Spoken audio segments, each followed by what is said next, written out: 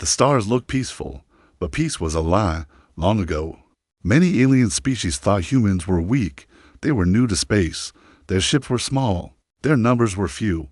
Most alien empires laughed when Earth joined the Galactic Council. Some even planned to take their planets or use their resources. But now, no one laughs. In the deep parts of the galaxy, near the silent edge of human space, a small scout ship from the Tolvani Empire flew close to a red dwarf star. The Tolvani were proud explorers. They had mapped thousands of systems and never feared any species. Their scout captain, Voro, watched the black void ahead, his long arms folded, and his antennae twitched. He felt uneasy. "We are near human border zone," said his second officer. "Should we go back?" Voro shook his head. "No, we will only take scans. We will not cross into their territory." He pressed a few buttons and a quiet hum passed through the ship. Sensors began to scan the nearby region. There was no sign of human ships, just empty space, dust, and distant stars. But something strange happened. The lights on the control panel turned red. Warning signals blinked. The ship began to shake. "What is this?" shouted the pilot. "We're being pulled by something." A shape appeared in the darkness. A black triangle, silent and cold, floated in front of them. No engines, no signal, no name. It didn't fire weapons. It didn't send a message. It just appeared. Then the ship shut down. Power gone. Lights dead. Communications offline. The crew floated in silence. No one spoke. Even Voro, who had led many missions, felt fear. Then a voice spoke inside their minds. "You are near the line. Go back. This is your only warning." It wasn't a shout. It wasn't loud, but it cut deep. It spoke in perfect Tolvani language, even using their ancient tone, only used by priests and high leaders. How could humans know this? Suddenly, the power came back. The black triangle vanished without a trace. Voro turned the ship around. He did not scan. He did not look back. He returned to Tolvani space at full speed. That day, he sent a report to the Tolvani High Council. He said only one thing: no species should enter human space, ever. Years passed. Similar events happened across the galaxy. A Zorax battlecruiser, made of pure metal and armed with plasma cannons, disappeared after crossing a human border beacon. A Uran diplomat ship was found weeks later, its crew alive but unable to speak, only whispering the same word again and again. As the Galactic Council began to worry, they sent probes. Nothing returned. Then they sent messages. No reply. Finally, they sent a meeting request to Earth. Humans replied with a short answer: "We are fine. Do not cross our border." No threats, no anger, just calm words. But every alien species who had tried to test the humans now feared them. It wasn't just weapons. It wasn't just ships. It was something else, something in the silence. Something hidden. Old stories began to spread. Stories about what humans did before joining the council. How they fought their own kind for centuries. How they survived wars, diseases, and even destroyed their own planet only to rebuild it stronger. Some said humans didn't fear death. Others said death feared humans. Whatever the truth, one thing was now clear across the stars: no species enters human space. And now, the galaxy understands why. Asterisk, in the dark halls of the Galactic Council, whispers filled the air. Leaders of great empires sat around the long table made of blue stone. Their faces were grim. No one smiled. A heavy silence hung in the chamber. The Zorax warlord, a giant creature with iron skin and glowing eyes, slammed his fist on the table. "We must do something about the humans. They block trade routes and refuse communication." The Uran ambassador, thin and pale, shook his head slowly. "You did not see what I saw. You did not feel what I felt. Our minds were touched, like fingers inside the soul. They are not normal. They are just flesh and bone," shouted the Velari queen, her wings shaking. "They bleed. They die. They are like us." The Tolvani representative stood up. Voro, now older, his face lined with fear. "No, they are not like us. I have seen what they can do. I do not speak as a soldier now. I speak as one who was spared. And that fear never leaves." The room fell silent again. The humans were quiet, yes, but their silence was louder than war. No fleets moved from their space. No attacks, no warnings, just nothing. Yet the fear grew stronger. One empire, the aggressive Grawl Confederation, decided to break the silence. They believed the stories were lies. They sent 3 fleets into human space, thousands of ships, millions of soldiers. And then nothing. No signal, no fight, no wreckage. Gone. Only one message returned. It came through an ancient channel, in an old Earth language no one had heard before. Translated, it said, "You were warned." The message repeated once, then it stopped forever. The council went into panic. Some called for war, others for peace. Some wanted to send more scouts. But the smarter ones, they stayed quiet. One of those was a young alien named Kelm.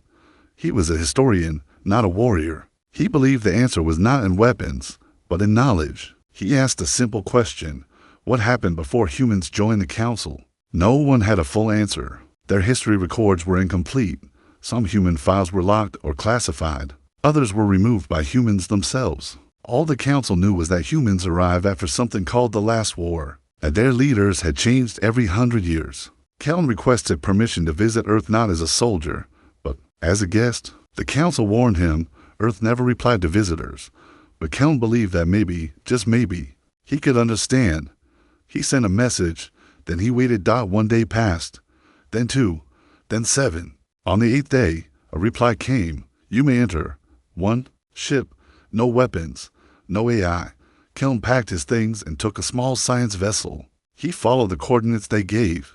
As he entered human space, his sensors stopped working. His AI shut down.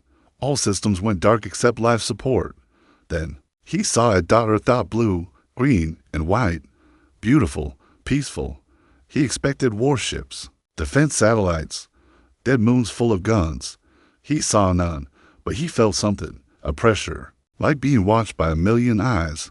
He landed in a wide open field. There, standing alone, was a single human, a woman, older, dressed in black. No guards, no weapons. "Welcome, Kelm," she said in perfect galactic standard. "Come, walk with me." They walked through forests, cities, past machines that moved silently. He saw no soldiers, no armies, just people, normal people, laughing, living, working. "Where are your weapons?" he asked. The woman smiled. "We don't need them here, but how do you protect your space?" She stopped walking, looked at him. "We don't let the enemy reach the gates." Kelm didn't understand at first, but over time, he did. Humans had seen war. They had seen extinction. They had broken themselves and rebuilt again and again until they became something else. Not monsters, not machines. Just patient, dangerous only when needed. After a week, Kelm returned to the council. He said only one sentence: "Do not provoke Earth. They are not at war, but they are never unprepared." From that day, the council stopped sending ships to human space. The fear remained, but it was no longer wild fear. It was respect. And every species, even the proud ones, finally began to understand why no one enters human space. Far from Earth, in the cold reaches of space, a forgotten signal blinked. Deep beneath the ocean of the planet Zeltrax 4, an old outpost lit up. It was built before humans joined the Galactic Council. No one had visited it in years. It belonged to the Varn Dominion, a once powerful empire that tried to study every new species. But when they tried to study humans, they failed, and they never tried again. But now, something had activated the system. An old AI, broken and glitching, replayed a file from its hidden memory bank. It was a human voice, calm, sharp, dangerous. "If you're hearing this, you found something you shouldn't have. Leave, or stay and become part of the story." The signal ended on a nearby moon. A young Varn technician named Rel was monitoring deep space activity. He spotted the signal and traced it back to the ocean base. Curious, he sent a drone down to the surface. As the drone entered the water, the temperature dropped fast. The screen showed strange mark symbols burned into stone, long before any alien had been there. And then the feed went black. Rel tried again. Another drone. This time, it didn't even reach the ocean. Just before the signal cut, it caught a shape, a shadow, like a human, but not. The Varn High Council was alerted. They had ignored human space for years, but now they were interested again. They believed humans had left ancient tech behind. Powerful tech, maybe weapons, maybe something more. And they wanted it. So they sent a secret team to the planet. 6 ships, 50 elite agents, quiet entry, no signals, no warnings. They landed on the moon, entered the ocean, found the base dot inside. They discovered walls covered in strange writing, not human language, but something older, darker. The team leader touched a panel on the wall. A voice whispered inside his mind, "You were told." Suddenly, the doors shut, the air vanished, and then silence. All 6 ships disappeared. No explosion, no battle. Just gone. Again. Only one message returned to the Varndominion. "We remember." This time, the message wasn't just words. It came with a file, a video in it. A human soldier stood over a battlefield. The ground was burning, skies black. The soldier removed his helmet and looked into the camera. "We asked for peace. You gave us war. We ended it." The video ended with coordinates, not of Earth, but of old battlefield scars left by ancient human wars, places no one dared explore. The message was clear. Humans remembered everything, even what others tried to forget. Back in the Galactic Council, fear turned into silence. No one mentioned the Varn team. No one said rescue, but one species couldn't resist. The Drex Coalition, proud, arrogant, known for bioengineering and spycraft. They believed they could learn human secrets by copying their biology. So they did the unthinkable. They kidnapped a human from a quiet colony on the edge of human space. They took a child. They thought humans wouldn't notice, just one missing person, a small test subject. They were wrong. Within hours, human ships appeared at the Drex border. Not hundreds, just one.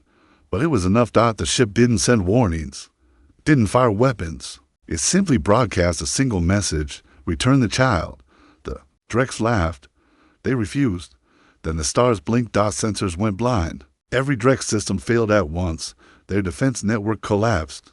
AI systems fried. Power plants shut down. For 10 minutes, the entire Drex coalition was blind and helpless. When power returned, the child was gone. No sign of how, no sign of who, but on every screen, one image remained: a human eye, cold, calm, watching. From that day, the Drex never spoke of humans again. Their leadership changed. Their scientists vanished. And a new law was passed: never touch a human, not one, not ever. The galaxy had tried to understand the fear, but now they were starting to understand something deeper. Humans were not cruel. They were not monsters. They simply never forgot. They didn't boast. They didn't threaten. They just acted. When they acted, the stars listened. The stars were peaceful again, but the silence was no longer comfortable. It was the kind of silence that made people nervous, like the calm before a storm. Across the galaxy, no one dared to speak of humans unless it was behind closed doors. The Galactic Council changed its maps. Human space was marked not with borders, but with a red zone label: do not enter. Most obeyed, but not everyone. A new species had recently joined the council, young, eager, and full of pride. The Vexari. They came from the edge of the outer rim, where the stars were still wild and few empires ruled. The Vexari were fast learners, bold explorers, and skilled in advanced AI and hacking systems. They had never met humans. They had only heard stories, and they didn't believe them. To them, the fear of humans was just politics, just myths created by older empires to hide their shame. The Vexari believed truth came from action, not old stories, so they made a choice. They sent a stealth drone deep into human space. It was small, silent, nearly invisible, built with the latest cloaking tech. Even the most powerful sensors couldn't detect it. Its mission: gather real-time data, record ship activity, scan defense systems, and return. The drone entered human space. No alarms, no interception. It moved through asteroid belts, past empty stations, close to a massive ring world orbiting a dead star. Everything looked abandoned. The drone set back images. Nothing seemed strange. No fleets, no defense lines. Then it reached a human relay satellite. It got too close. A single beam of light touched the drone just for a second, and then everything changed. Back at Vexari Command, screens flashed. The drone's feed turned to static. Data started rewriting itself. Entire systems began crashing. Their top AI, named Vox 9, began speaking in a human voice. "You were warned." Engineers screamed. Power failed. Vox 9 shut itself down and refused to restart. The Vexari had seen enough. They called an emergency meeting at the Galactic Council. demanding to know how humans did that, how a simple satellite disabled their most advanced systems. But no one answered, because they already knew humans didn't just protect their space. They had turned it into a trap, a quiet zone where every rock, every signal, every shadow was watching. Not with eyes, but with memory. Meanwhile, on a small planet named Telros 3, a lone wanderer arrived. He wore a dark coat, carried no weapon, and said little. His name was never known, but he was human. The people of Telros 3 didn't panic, not at first. He looked normal. He even smiled. He walked through markets, watched children play, sat quietly in a small cafe. Then he asked one question: where is the Drex scientist? The people froze. That scientist had retired there, quietly, secretly. After the Drex incident, he disappeared from public life. The human did not search. He just waited. The next day, the scientist surrendered himself. No force, no threat. He simply walked up to the human and said, "I'm sorry."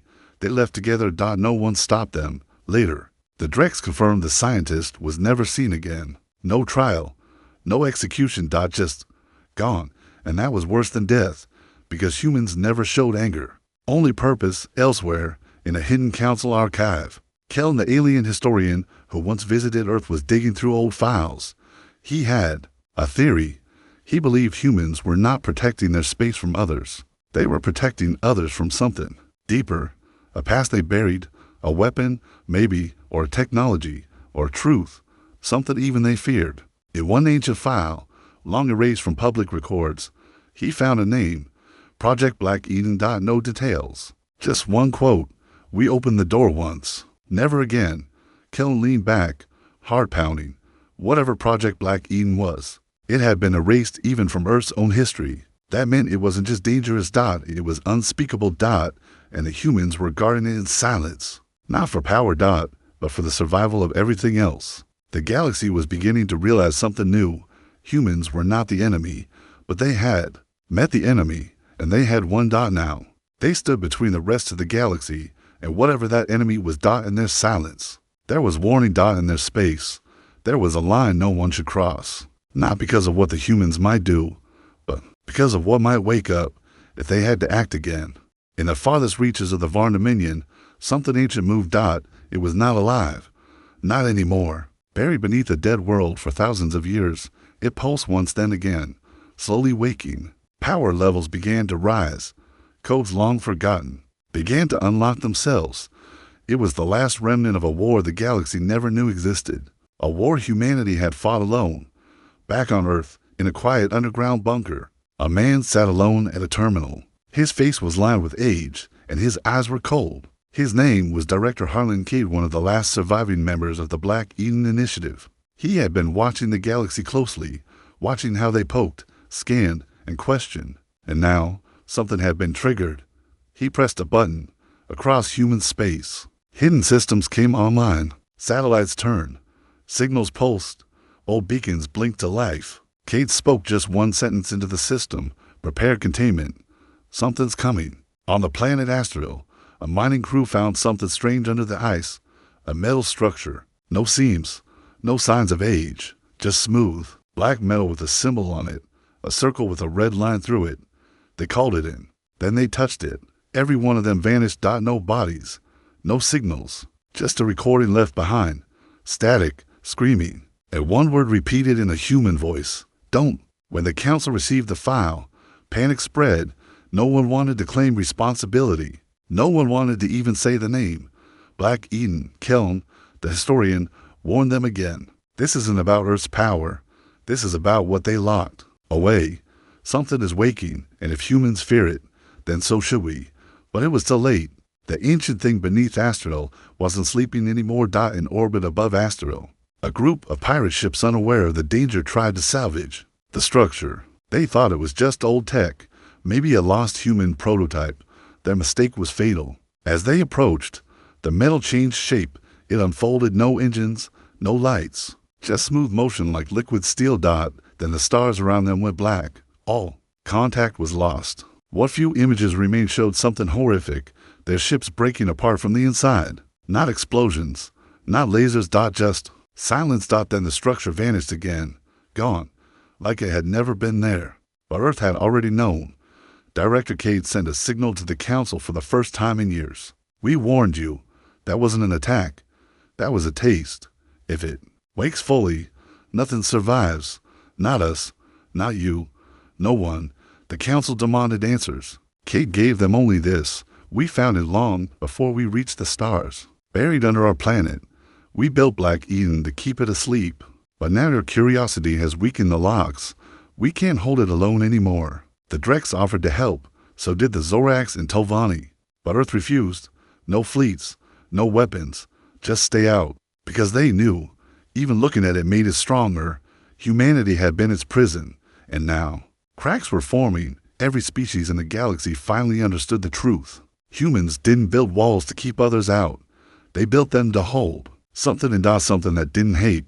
Something that didn't conquer. Something that simply consumed. And it had tasted life again. That night, across thousands of worlds, people looked to the stars and wondered if the fear of humans had been misplaced. Maybe humans weren't the threat. Maybe they were the shield. And maybe that shield was breaking. The galaxy was holding its breath. Every species had stopped their missions, halted their exploration, and turned their eyes toward Earth, not to threaten, but to wait, to listen. For the first time in thousands of years, the Galactic Council sent no scouts, no ambassadors, no fleets, only silence. Because now they understood the thing buried in human space was not a myth, not a scare tactic, not a secret weapon. It was real. And it was waking. Deep beneath Earth's surface. In a hidden facility once thought abandoned, Director Cade walked through still corridors. His face was hard, but tired. He knew the price that had been paid to keep the galaxy safe, and now he feared that price would no longer be enough. He reached the final chamber, an ancient vault sealed with quantum locks, buried in layers of rock and reinforced with elements not found in nature. Inside, something pulsed. Slow, hungry. Black Eden. He stood in front of it, placed his hand on a scanner, and waited as the door opened partway. No more than a sliver. That was all that was ever needed. Behind the crack, nothing moved, but Cade could feel it, a pressure on the mind, a voice with no sound. He whispered, "You don't get out. Not again." Meanwhile, far from Earth, a strange signal spread across the stars. It came not from humans, but from the structure found on Astral, the one that had killed the mining team and swallowed the pirates. It was broadcasting a pattern. Now, not in words, but in emotions. Fear, hunger, pain, and curiosity. The same curiosity that had doomed others before. The Council picked up the signal and tried to block it, but it was already too late. On over a dozen planets, AI systems began to malfunction. Synthetic minds crashed. Some started drawing strange symbols before shutting down. Organic minds began dreaming of dark oceans, cold stars, and black pyramids, and always, in those dreams, one voice repeated, "We remember," but it wasn't the human voice this time. It was something else. Something older, something that remembered them. All of them, back on Earth. Kelm, the alien historian, was given permission to return. He landed at a secure site, not near cities, not near people. Just one human greeted him, a girl no older than 12, standing alone in a white field of grass. She looked at him with ancient eyes. "You came back," she said quietly. "I had to," Kelm replied. "I need to understand." The girl turned to look at the sky. "Then look, but you won't like what you find." He followed her into a small observatory. There, on a holographic map, were a series of red dots, coordinates from across the galaxy. "What are these?" he asked. She didn't answer. The lights blinked. And one by one, the dots vanished. "Worlds," she finally said. "Worlds it's touched." Kelm felt sick. "How many?" "Too many," she replied. Then she looked at him again. "But we're still holding it." "Barely. You want to help. Don't send ships. Don't send weapons. Just let us do what we were born to do." "What's that?" he asked. The girl's eyes narrowed. "Survive what you couldn't." In the Council's war room, chaos was spreading. The Vexari homeworld went dark. All systems offline. No contact. A black triangle, like the one that Tovani saw years ago, was seen near their moon. Then nothing. This time, the Council didn't argue, didn't debate. They sent one final message to Earth. "Tell us what you need." Earth's reply came in a single file. No text, no voice, just an image, a burning sky, a broken moon, and a single human soldier walking alone through the smoke. Under it, 5 words: you stay. We fight alone. In the end, every empire in the galaxy saw the truth. The humans didn't want war. They didn't want power. They wanted to keep the door closed. And now, the rest of the galaxy had peeked behind it. Now, they understood no species enters human space, because behind their silence is the thing even humans fear. Asterisk. The galaxy held its breath. One by one, stars near the edge of known space began to dim, not explode, not collapse, just go dark. Telescopes showed nothing. No debris, no energy readings, just black space, as if the stars had never been there. At all. In the quietest corners of every empire, children began to dream of tall, thin shadows. Ancient symbols appeared on cold steel walls, burned in patterns no one recognized, but everyone feared. High cores refused to boot. Planetary systems locked themselves down, sensing something far beyond their logic.